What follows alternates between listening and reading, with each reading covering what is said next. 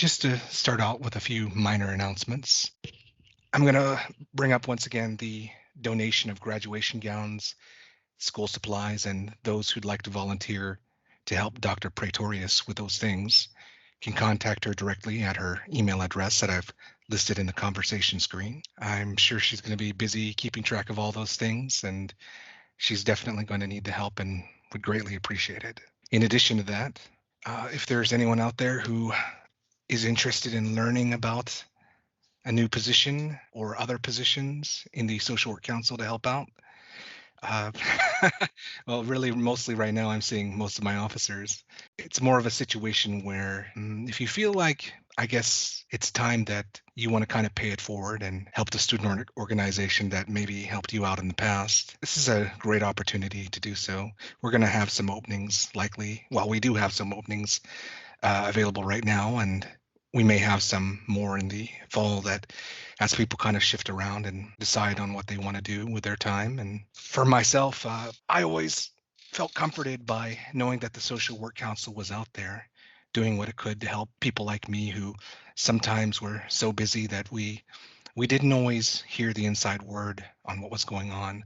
We didn't always catch all the information that was coming our way that was necessary for us. As an example, one thing I'd like to bring up for anyone who is going to commencement soon, one of our members, Olivia Hobbs, brought up a significant discovery that a lot of us didn't know about, and that was the fact that with the current commencements that are upcoming, there is a separate set of graduate tickets that are apparently required. That took a lot of us by surprise.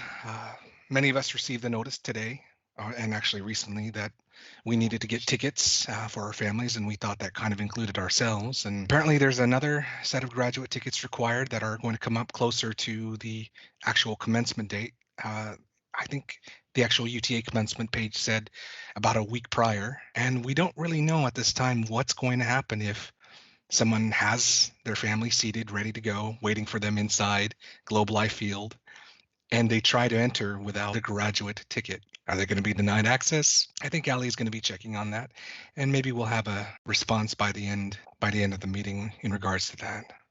But it's important details like that that our members and others in our community kind of bring forward and help keep us all more aware of, so that especially those of you who are going to be graduating in the future can kind of keep an eye on things like that and not have a disastrous outcome like some of us were about to have when we just discovered for ourselves this bit of information that is just buried in the commencement page. Dr. Fields, if you'd like to go ahead and begin. Sure, thank you. Well, I appreciate the opportunity to come to this important council.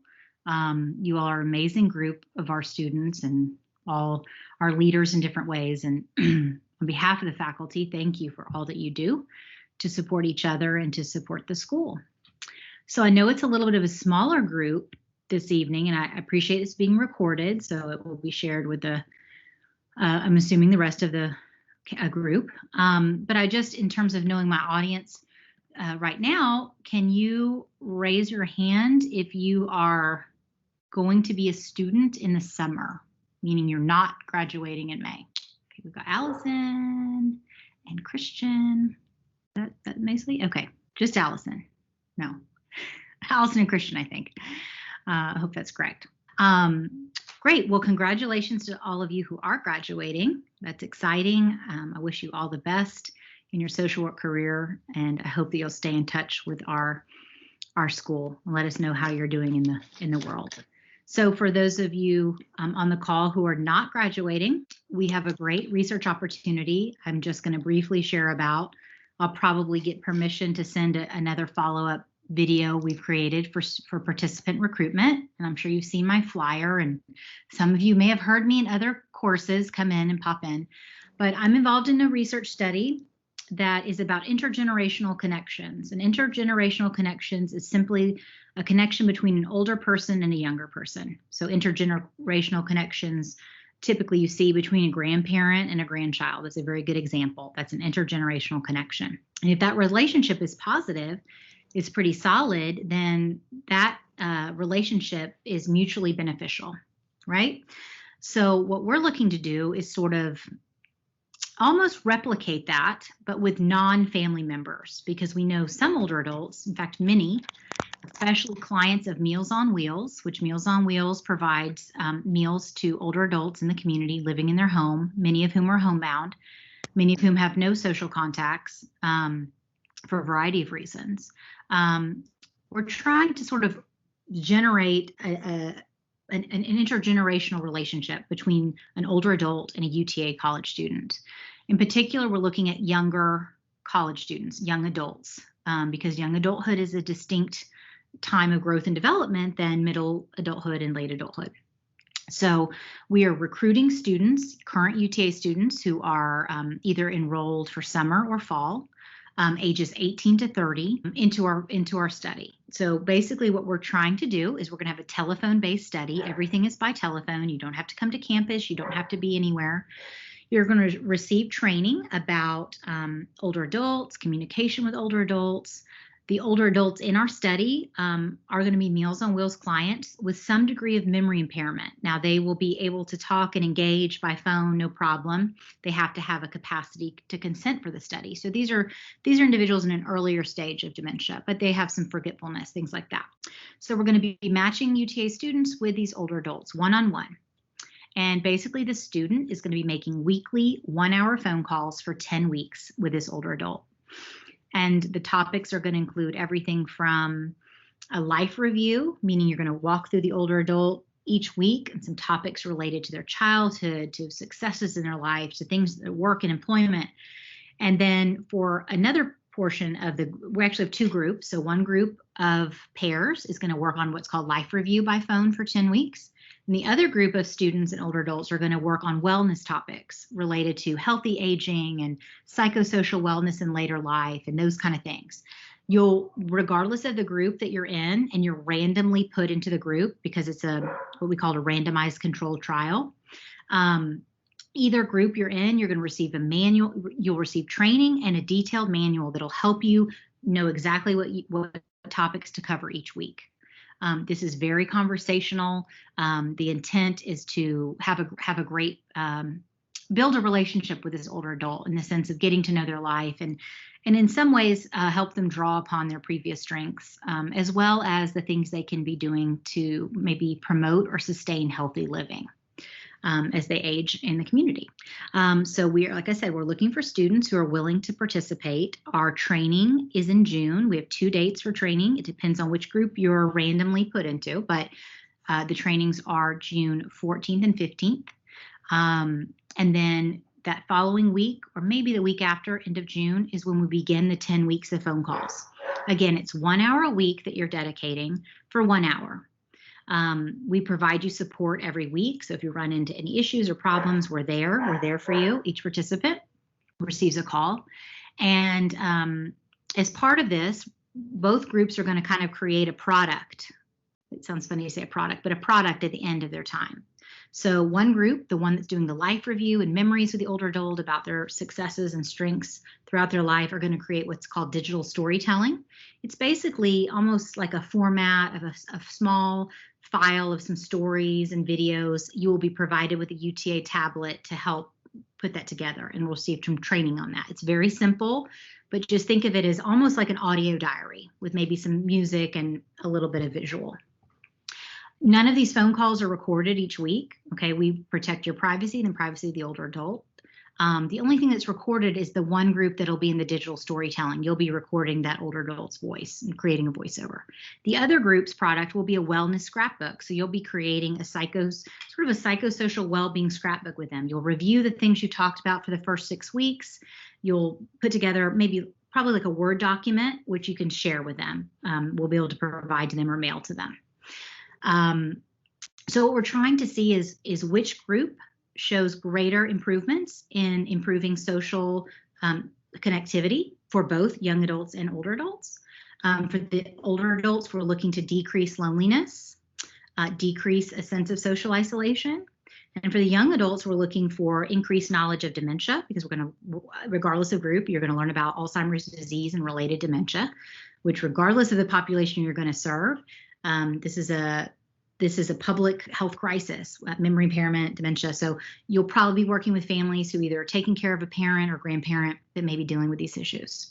So we'll be looking at student outcomes. You'll be taking a survey. All of the information we collect from you will be private, confidential. You're considered a research participant. You're protected. Your confidentiality and privacy are protected under the Institutional Review Board. And all of this is being done in hopes that we can see if we can design and implement an effective intervention for at-risk older adults living in the community in a way that brings the generations together. So it's very unique. I can tell you honestly, it's the only study of its kind in the United States. We've received funding for this study from a private foundation. If you participate, regardless of group, we offer you a $150 gift card to a retailer. I think we're going to try to do Amazon, or it might be Target, just as a way to thank you for your time and participation in the study. So that's it in a gist. I'm not sure how long I've gone. I'm sorry. Are there any questions I can answer from anyone in this call? Is it open to both graduate and undergraduate students? Great question. It is. In fact, it's open to UTA students across campus. So we're looking for any students 18 to 30. They can be in social work, psychology, public health, engineering, nursing, any discipline can participate. So if you have friends in other departments that meet this criteria, you think might be interested, please give them my email. I'm going to share it in the chat now. And I'd be happy to talk in greater detail about the project and this opportunity. For some of you, this may be a great opportunity to practice some social work skills, maybe the population you haven't worked with before. You're certainly free to list this on your resume as something you participated in. We don't reveal that, but you as a participant can reveal that you were a part of a funded project and were a participant and learned something. So that might be something interesting to share in the future with your employers.